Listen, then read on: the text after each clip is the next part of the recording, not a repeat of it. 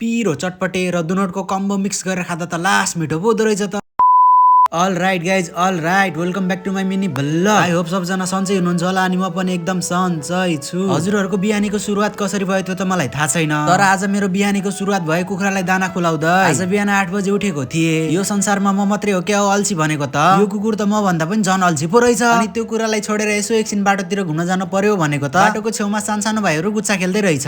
त्यसपछि घर आएर लागे म खाना खानातिर। हिजो आलु र काउली खानु पर्दाखेरि नाक खुम्च्या थियो, आज बिहान बिहानै मासु खाना पाउँदाखेरि हेर्नु न मेरो खुसीको ठेक्का नै छैन। त्यसपछि भान्जालाई पनि खाना बोकेर स्कुलसम्म पुर्याइदिएको। स्कुलबाट अलिकति अगाडि जाने बित्तिकै पैसा पो भेट्छु त। यसो हेर्दा त 1000 रुपियाँ जस्तो लागेको थियो, लास्टमा 10 रुपियाँ पो रहेछ। त्यसपछि त्यो 10 रुपियाँ पनि भाइलाई तै राख भनेर लागे म पसलतिर। आज त म पसल पुग्न भन्दा अगाडि नै मेरो एउटा प्यारो भाइले मलाई कुरेर बसिरहेको रहेछ। त्यसपछि छिटो भाइलाई मुलेट र इटालियन ब्रेड हानेर चट्ट बनाएर उसलाई स्कुल जान लेट भएको थियो रे, छिटो पठाइदिए। यो भाइलाई मुलेट प्लस इटालियन ब्रेडमा कस्तो देखेछ कमेन्ट गरेर भनिदिनु होला। त्यसपछि 2-4 वटा काम भएर के बसेको थिए, मान्छे त फेरि आउन थाल्नु भयो। अनि काम गर्दै थिए, काम गर्दा गर्दा मलाई झट्टै एउटा कुराको याद आयो। फेसबुकमा हामी 1K फलोअरको एकदम नजिक पुगेको छौं। चाँडो भन्दा चाँडो सबैजनाले फलो गरेर 1K पुर्याइदिनु होला। फेसबुकमा मेरो नाम सुदीप ब्लग्स रहेको छ। आशा गरेको छु यो भिडियो पछि 1K फलोअर पुर्याइदिनु हुन्छ भनेर। त्यसैले चाँडो भन्दा चाँडो गएर फलो गरिहाल्नु है त। त्यसपछि धेरै जनाको काम गरिसकेपछि पसल बन्द गरेर बाबुलाई अलिअलि सन्चो लागेको थिएन। त्यसपछि बाबुलाई लिएर लगे मेडिकलतिर। त्यसपछि मेडिकल पुगेर औषधि लिएर फाइनली आइसकेको थिएँ म घर।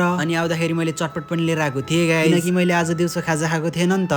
त्यसपछि एउटा सानो कचौरामा हालेर भान्जा लगाएर भाइलाई अलिअलि दिए। अब पसलमा भए त एक्लै खाइन्थ्यो, घर आएपछि त बाँडेर खानै पर्यो। त्यसपछि आफ्नो लागि एउटा बलमा हालेर फर्स्ट बाइट भनेर गुवाममा खाएको त मिठो मिठो मिठो लाग्यो। अनि चटपट खाँदै थिए। त्यसपछि मम्मीले फेरि दुनट ल्याएर ला यो पनि खा पो भन्नुहुन्छ। त्यसपछि पाला आयो दुनटको। कसम चटपटसँग दुनट खाँदा त मिठो पो हुँदो रहेछ त। म त हिजोसम्म चटपटको मात्रै फ्यान थिएँ, आज त चटपट प्लस दुनटको पनि फ्यान भयो है। यदि हजुरहरूले अहिलेसम्म ट्राई गर्नु भएको छैन भने एकचोटि चाहिँ ट्राई गर्नु होला। त्यसपछि दुनट खाएर के एकछिन लाइभ बसेको, मम्मीले त खाना खाना बोलाइरहनु भएको थियो। म चाहिँ एकछिन पछि आउँछु भन्दै थिएँ किनकि लाइभमा थिएँ नि त। एकछिन ढिलो भयो, सबैजनाले खाएर मलाई मात्रै राखिदिनु भएको रहेछ। अनि यसो हेर्दा त कराईमा मासु देखे तर रुम्की हासुम भयो। रुम्की हासुम चाहिँ किन भयो भन्दाखेरि मासु त देखे तर थोरै रहेछ नि त। त्यसपछि यति मासुले त पुग्दैन भनेर नेपाली जुगाड लगाएर यानि कि कराईमा भात हालेर बसे म खाना खानातिर। त्यसपछि फर्स्ट बाइट भनेर गुवाममा खाएपछि मिठो मिठो मिठो त नहुने कुरै भएन नि साथी हो। र यति भन्दै आजलाई यति नै होप गर्छु हजुरलाई भिडियो मन पर्यो होला। यदि भिडियो मन परेमा लाइक कमेन्ट शेयर सब्स्क्राइब गर्न नबिर्सनु होला। म हजुरहरूलाई भेट्नेछु अर्को मिनी भ्लगमा। By by.